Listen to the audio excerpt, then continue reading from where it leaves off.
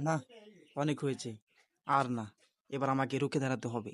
সামনেই পরীক্ষা, সবার সামনে পড়ালেখার মুখোশ উন্মোচন করতে হবে। মা বাবাকে এবার দেখিয়ে দিব যে তাদের ছেলেও পাশের বাসার আবুলের মতো সারাদিন পড়ে। কাল থেকেই শুরু করব। হ্যাঁ, কাল থেকেই আমাকে শুরু করতে হবে। আর চিন্তা ভাবনা করে চলবে না। চিন্তা ভাবনা অনেক হয়েছে। আর 1 মাস বাকি পরীক্ষার। আর চিন্তা ভাবনা করবো না। কাল থেকে আমাকে গোছ দিয়ে নামতে হবে। একবারে কোমর বেঁধে নামতে হবে। বই যা আছে সব কিছু মুখস্থ করতে হবে। মোবাইল ব্যবহার একেবারেই করব না। মোবাইল ব্যবহার হবেই না। মোবাইলটা আমি হাতে ধরবই না কাল থেকে। দেখি, যে মন চা সে আসুক, কোনো অভিযোগ নেই। কাল থেকে পড়াশোনা শুরু করব। এটাই এটাই সত্য। কথা নড়াচড়া হবে না। আর পরীক্ষার বেশি দিন নাই। চিন্তা ভাবনা করা চলবে না। এখনই নেমে পড়তে হবে পড়ালেখার টেবিল এবং চেয়ারের